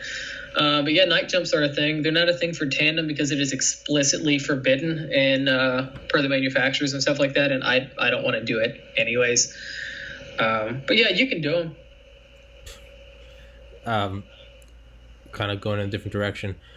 When you're wingsuiting and you pull your parachute, is it possible to like one of the first things you're talking about was like, what was it, like cutting your parachute, like the one more than you intend to use? Yep, cutaways. Could you cut away and start wingsuiting again? You could. Funny story after that. Wingsuits increase your probability of having a cutaway because you just have more dynamics going on. So yeah, you could cut it away, but then you'd have to go find your parachute, and then you'd have to ride your reserve parachute, which is big and slow, and it's going to open pretty quick and probably uncomfortably. And then you're going to get lectured by the drop zone owner and probably kicked out for intentionally doing that. Yeah, it's not worth it. Okay. You could, but I've never had a wingsuit cutaway, but a lot of people that wingsuit, most of their cutaways are involving wingsuits. Okay. Because sometimes with wingsuits, you may not have the most stable body position when you open, or you're kind of immobilized for the first couple seconds once those things open up because the wingsuit's restrictive. So if you have some sort of problem that needs immediate tending to, it takes you a couple seconds to unzip out of the arms and get everything loose so you can reach up and grab stuff. And at that time, things just spiral out of control. Fuck it, I got to pull the handle to make it go away now. Yeah. And I got to go pick my parachute out of a tree or a field or something. So. But, story that I was going to get back to. What was the funnest story? Going back into free fall, a couple weeks ago we did this. So obviously you have to have one more parachute than you intend to use. And so we went up and we were going to do an intentional cutaway. And in skydiving, there's this thing called a Mr. Bill. I don't really know who named it. But basically you go out, two people, one holding onto the other. They deploy the parachute out of the plane and you fly two people under one parachute. And eventually, one just lets go or whatever, goes back into free fall. So we had this canopy that we hooked up and everything, 14,000 feet. We go out, me and my buddy Austin, and somehow during the exit, we managed to snag the cable that released one side of the parachute. And so we go out at 14,000 feet. We had this grand plan in our, planned out of what we were going to do. It was going to be super cool. And then suddenly half the parachute's not there. And so... We've got video from both my view and Austin's view. It actually slowed us down. We were only doing 41 miles an hour at that point, so we had some time. We were actually chatting under half a parachute in free fall. Pretty amusing. Austin was like, I don't know what to do. And I'm like, dude, just ride it for a little bit. And so we rode it for, I think, 50 seconds or something like that. And then we pull the cable to disconnect the other side. Him and I go back into free fall for a little bit, fuck around, and then fly off and open our own parachutes. And so that was our Mr. Bill attempt. Could you do like a... finish up in a minute. Yeah. But do you have could you do like a multiple person one of those? Like 5 guys jump out, 1 guy pulls the chute, 4 drop, 1 guy pulls the chute, 3 drop. Would that be possible? A waterfall, kind of. It would be fun to do, but the problem is you couldn't get 5 guys opening up under one parachute without it just exploding. Should you get like just a massive parachute, just like a fucking tank, like a tank of a motherfucker? Technically you could, but the problem is actually getting everybody to hold on through the opening shock of it, because it's probably going to rip everybody off. Because if they open hard or even stiff, you're only holding on. You're not strapped in. For safety reasons, you can't actually be connected. You have to be able to let go. Okay, well, hypothetically, I'm sure it's probably possible, but I don't know that it's... Use some carabiners or something and just lock onto each other? I guess you could, but the juice isn't worth the squeeze for the potential outcomes of that one. I think it would be cool. Just it'd be great. Yeah, absolutely. Me and my buddy Austin did what we named it a wingsuit rodeo waterfall. So with wingsuits, there's something called a rodeo where someone rides on your back, kind of like a magic carpet. Normally you get a chick to do it because it's the less gay thing to do, but when you have a dude do it, we call it a brodeo. And so what we did, I got a video of it about a year and a half ago. We were in DeLand, Florida. I was riding on Austin's back, and then at deployment time, I deployed my parachute, and as it pulled me off his back, I grabbed the handle to deploy his. And so it was like a waterfall deployment. Yeah. And I got a great video and pictures of this thing. That's awesome. I might be able to pull it up here just real quick and actually show you. That's fucking awesome. And it was pretty fun. I would definitely do it again. I was going to say, would it be a dick move to pull your friend's parachute and he doesn't know? It can be, yes. But there is actually a pretty cool video of the Golden Knights, which is the Army's parachute team out there doing Duck, Duck, Goose in a circle where they go around, and the loser, like, they deploy their parachute and they just go away. But so here's the picture of me and Austin doing it. This is me flying off his back and his parachute starting to deploy. I don't know how well you can see that or not. I can see it a little. Bring it closer.